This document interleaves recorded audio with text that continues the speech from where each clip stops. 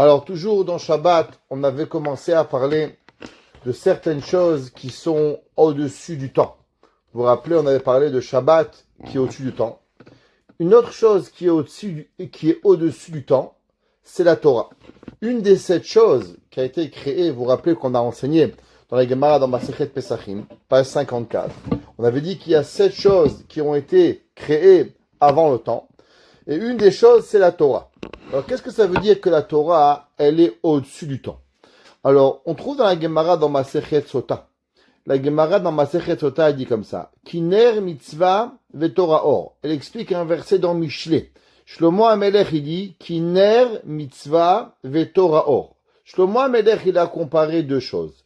Ner, c'est une bougie, à une mitzvah. La Torah, à la lumière. Pourquoi Shlomo HaMelech, il a dit Ner, la bougie, c'est la mitzvah, et la Torah, c'est la lumière.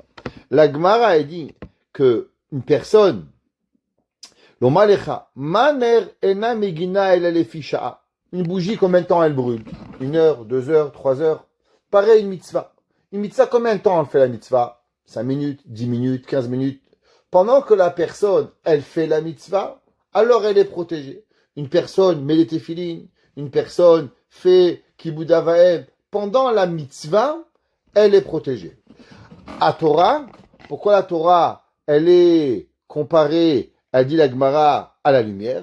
L'oma lecha or magen leolam. Pour nous apprendre que la lumière, elle protège tout le temps. Les animaux, ils ont peur, ils vont moins attaquer la nuit. Les voleurs viennent moins la nuit, la journée. La lumière, elle protège à chaque moment. Pareil, la Torah, elle protège à chaque moment. Le Maharal de Prague, il explique et il dit sur ça, qu'est-ce que ça veut dire que la mitzvah, elle protège momentanément, et la Torah, elle protège tout le temps. Il dit la mitzvah, ima se Adam. Qu'est-ce que ça veut dire que la mitzvah, c'est une action de l'homme? Par exemple, la Torah te demande de prendre un loulav. Donc il y a un bout de bois, tu le prends et tu vas le bouger. Ça, tu vas prendre quelque chose de physique et tu vas le rendre en mitzvah. Tu prends une vache, tu fais du cuir, tu fais des téphilines. Tu prends un parchemin, tu le prends et tu fais une mezouza. Donc tu as pris quelque chose de matériel que tu vas le rendre une mitzvah. Ve'en ma'ase adam rak ha'edei haguf. Maintenant, tout ce que vous allez pouvoir faire, chaque mitzvah que vous allez faire, elle se fait avec votre corps. Maintenant, vous savez que votre corps, il est limité. Le corps, il a un début. Le corps, il a une fin. Le corps, il peut pas être dans l'illimitation. Le corps, par définition, qu'est-ce qu'il est? Le corps, par définition, il est limité. C'est pour ça que toutes les mitzvot que l'on fait du le Maharal, elles vont avoir une protection limitée. Parce que, avec quoi on a fait la mitzvah? On a fait avec une forme de limitation. Qui s'appelle comment? Qui s'appelle le corps. La même façon que le moteur, il est limité, alors aussi la mitzvah, elle est limitée. Mais il dit le Maharal, Aval la Torah shei belo guf. La Torah, elle dépend pas d'un corps. La Torah, elle est autre chose. Qu'est-ce que c'est la Torah? La Torah, elle est le projet divin d'Akadosh Baruch Hu. Shei asagat asechel. La Torah, c'est la compréhension de la pensée divine.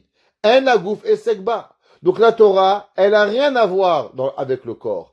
La Torah, c'est pas dans votre tête. La Torah, c'est la pensée d'Akadosh Baruch Hu. Comme c'est marqué Bereshit bara Elokim. Qu'est-ce que ça veut dire Bereshit bara Elokim? Que Bereshit, c'est la Torah. Akadosh Baruch Hu, qu'est-ce qu'il a créé avant même de créer Shamayim Varetz? Akadosh Baruch Hu, il a créé la Torah. Comme c'est marqué dans le Zohar, que de la même façon qu'un homme, avant de créer une maison, qu'est-ce qu'il fait? Il va dans un architecte, il fait un plan, et à travers le plan, il construit sa maison. Pareil à Kadosh Baruch Hu, il a créé la Torah, et avec la Torah, il va créer le monde. Kuchabrichu istakel bora et bara alma. Akadosh Baruch Hu, il a regardé la Torah, et avec la Torah, il a créé le monde. Donc vous voyez que la Torah, elle n'est pas dépendante du corps. La Torah, elle est illimitée. Parce que la Torah, elle n'a pas eu besoin d'avoir un monde matériel pour être créée. Donc la Torah, elle est sous une forme qui est complètement illimitée. Pourquoi la Torah, elle n'a pas de fin? Parce que la Torah, elle n'est pas limitée dans ce monde. Tout le monde, il est venu sur une limitation d'espace. À l'inverse, la Torah, elle est venue avant même qu'il y ait une limitation d'espace pour pouvoir y arriver. C'est pour ça que la mitzvah, qui se fait à travers un corps, alors le corps, il est limité. Alors la mitzvah, elle peut protéger avec une limitation. À l'inverse, la Torah, que la Torah, elle est au-dessus de toute limitation. Alors la Torah, elle peut protéger la personne sans aucune limitation. Alors, on sait que maintenant, c'est marqué dans les livres que la Torah, elle est éternelle. Vous savez, la Torah, elle s'arrête pas, elle n'est pas là. Alors, même que quand on peut étudier la Torah, on a l'impression souvent que la Torah, elle n'est pas éternelle, Chas v'Shalom. Qu'est-ce que ça veut dire? Chas v'Shalom, c'est pas vrai. Par exemple, il y a certaines mitzvot. Vous ouvrez la Torah maintenant et vous lisez la Torah des korbanot. Est-ce que vous pouvez accomplir les mitzvot avec les korbanot? Est-ce qu'une personne, vous pouvez avoir un roi maintenant? Est-ce que vous pouvez tuer Amalek? Est-ce que vous pouvez faire certaines choses? La Torah, elle a l'air, à certains niveaux, qu'il y a certaines choses qui ne sont pas éternelles. Prenons par exemple le premier livre de Bereshit. A priori, le premier livre de Bereshit, c'est l'histoire. Il y avait un homme, il s'appelait Adam, il y avait Noach, il y avait Avraham, Yitzhak, Jacob. C'est beau. Mais en quoi c'est de l'éternité? Ça a l'air un petit peu comme un livre d'histoire qui est pas tellement éternel. Les voyages du peuple juif dans le désert. En quoi c'est de l'éternité?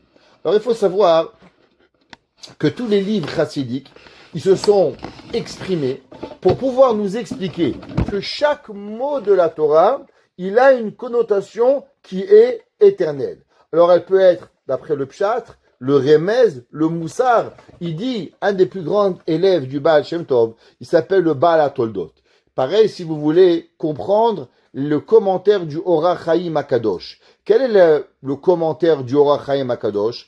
Principalement, le Orach Chaim HaKadosh, il veut prendre tous les sujets de la Torah qui ont l'air pas d'actualité et qui ont l'air un petit peu dépassés dans le temps, nous les ramener à une conscience comment on peut les accomplir à chaque moment de notre vie. Qu'est-ce que Avraham il a passé? Qu'est-ce que Yitzhak il a passé? Qu'est-ce que Yaakov il a passé? Comment chaque mitzvah, elle peut venir et elle peut venir nous apprendre comment elle peut pouvoir y arriver. Alors, un de nos grands maîtres, il s'appelle le Degel Machane Ephraim, qui était le petit-fils du Baal Shem Tov. Et dans son livre, il ramène au nom de son grand-père et il dit que tout le monde y connaît que Akadosh Baruch Hu, au début de la création du monde, il a créé Bereshit bara Elohim et Hashamayim ve Haaretz. Et le premier jour de la création, Vayomer Elohim yehi or, que fut la lumière.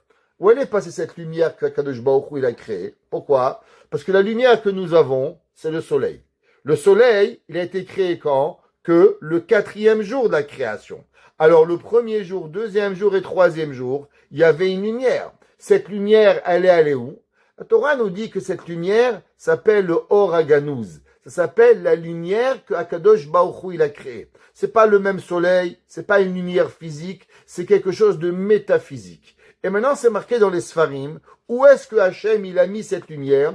Akadosh Baruch Hu, il a pris cette lumière et il a rentré dans la Torah. Qu'est-ce que ça veut dire que Hachem, il a pris cette lumière et il a rentré dans la Torah?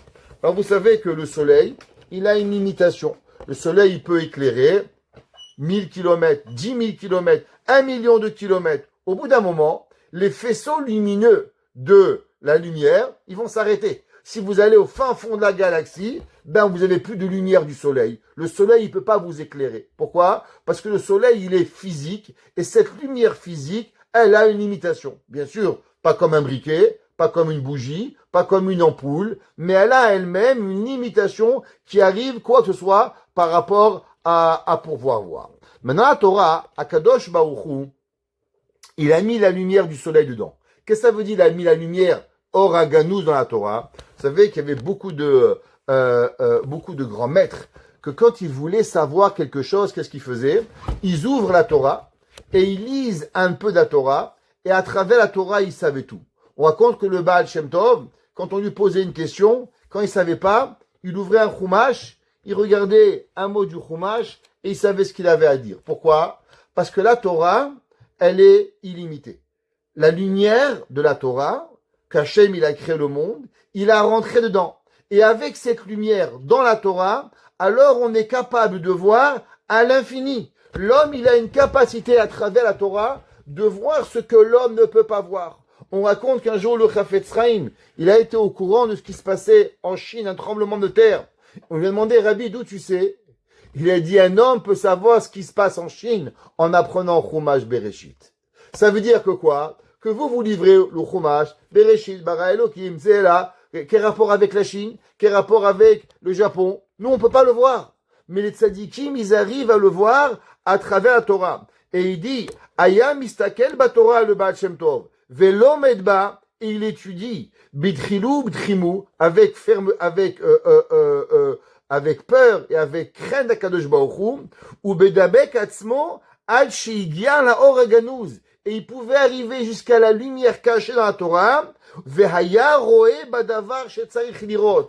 Et il pouvait voir tout ce qu'il avait envie de voir.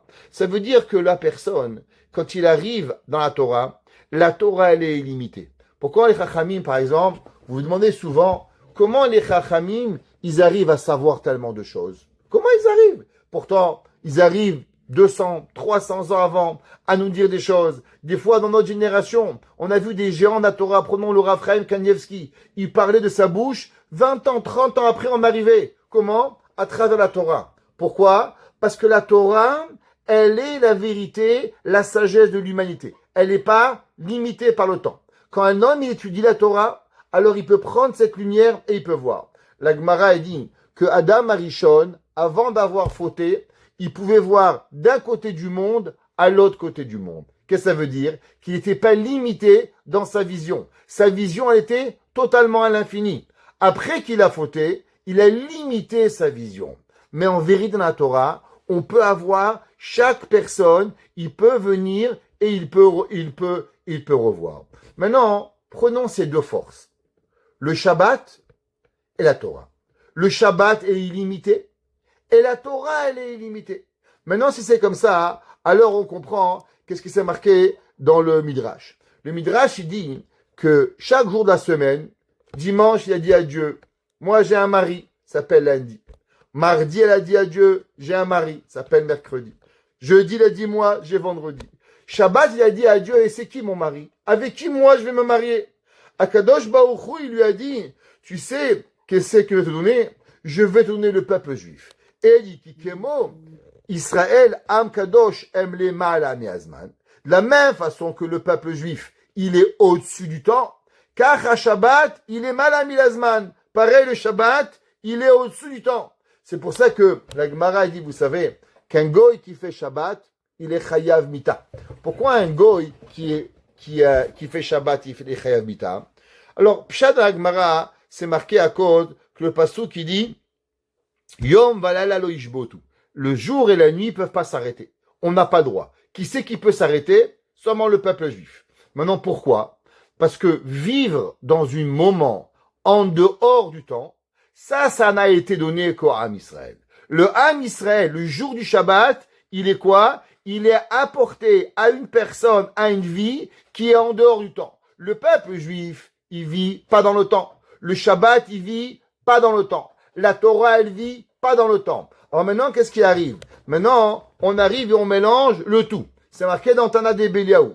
Shabbat, Yaseh Kulo Torah. Qu'est-ce qu'un homme, il doit faire le Shabbat? Le jour du Shabbat, un homme, il doit étudier toute la journée. Le maximisation de son Shabbat, il doit être dans la Torah. Il y avait un jour un homme, il s'appelait Rabbi Ephraim Lech. Il a dit que le jour où il a compris l'importance du Shabbat, il n'arrivait plus jamais à dormir même une seconde au jour du Shabbat. Pourquoi? L'intensité du Shabbat. Pourquoi? Parce que le jour du Shabbat, le juif, il est en dehors du temps. Quand il étudie la Torah, alors il est en dehors du temps. Et le jour du Shabbat, il est en dehors du temps. Alors maintenant, si on met le peuple juif, le Shabbat et la Torah, alors on est en 3D. On est en 3D en dehors du temps. Shabbat, Israël et Torah qui nous amènent. Ou les horaires Allah ve'arod be'ateva. Et ça va nous donner à nous des notions qui sont en dehors du temps pour pouvoir y arriver. Et c'est pour ça qu'on avait commencé. Pourquoi que quand Tisha B'Av, il tombe Shabbat, alors on jeûne pas. On repousse le jeûne. On jeûne dimanche. Parce que la destruction du temple, c'est quelque chose de physique. Mais le Shabbat, c'est quelque chose de métaphysique. C'est vivre dans un moment qui est en dehors du temps. Avec le Shabbat, avec le peuple juif, avec la Torah, alors automatiquement, on arrive à pouvoir vivre dans un temps qui est différent. Alors maintenant, vous allez comprendre une chose. Vous savez qu'à chaque fête, quand elle vient une fête, on fait une bracha. Quelle bracha? Shechianu, qui nous fait vivre, Vehigianu, et qui nous a apporté l'Azman Hazé, à ce moment. Il y a une grande question. Pourquoi tous les Shabbats, on ne fait pas la bracha de Shechianu? Tous les Shabbats, c'est une nouvelle mitzvah. C'est un nouveau Shabbat. Le Shabbat Paracha 2025, il n'y en aura qu'un dans le monde. La semaine prochaine, c'est un autre Shabbat. L'année prochaine, c'est un autre Shabbat. Alors, ce Shabbat de Parashat Vayigash, il est unique dans le monde. Alors, pourquoi on ne fait pas la bracha de Shechianu? Chachamim, ils expliquent et ils disent que la bracha du Shabbat, la bracha de Shechianu, elle est sur une mitzvah qui provient dans le temps. Par exemple, Pesach, elle vient le mois de Nissan. Sukkot, il vient dans le mois de Tishri. Mais le Shabbat, on ne peut pas dire Shechianu, Vehigianu, Lazeman. Parce que Shabbat, il n'est pas dans un temps. Shabbat, il est au-dessus du temps. Et du fait que Shabbat, il est au-dessus du temps, à cause qu'on a un principe que le peuple juif, le Shabbat et la Torah, ces trois principes ne vivent pas dans un temps temporel, mais dans quelque chose qui est métaphysique, c'est pour ça qu'on n'a pas pu instaurer la bracha de Shechianu Vekiemanu Vegianu Lazemanazé. De plus, à cause que chaque Shabbat, il a une autre sensation. Chaque Pessah, on se commémore la même chose. On se commémore quoi? La sortie des Béné Israël d'Égypte. On a l'azman de la Géoula. Seulement, vous savez, le Shabbat, chaque Shabbat, il est tellement différent qu'il n'y a aucun Shabbat qui peut se ressembler. Et du fait qu'il n'y a aucun Shabbat qui peut se ressembler, alors on ne peut pas faire la bracha de Shechianu Vekiemanu Veigianu Lazemanazé. À cause que la bracha, elle nous donne à donner à un moment qui est totalement quelque chose. Et c'est pour ça que Chachamim nous disent que tant qu'une personne ne fait pas Shabbat, elle ne peut pas comprendre le Shabbat.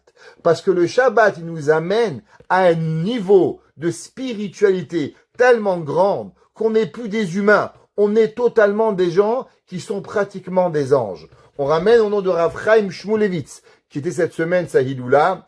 On le raconte, il était petit de taille.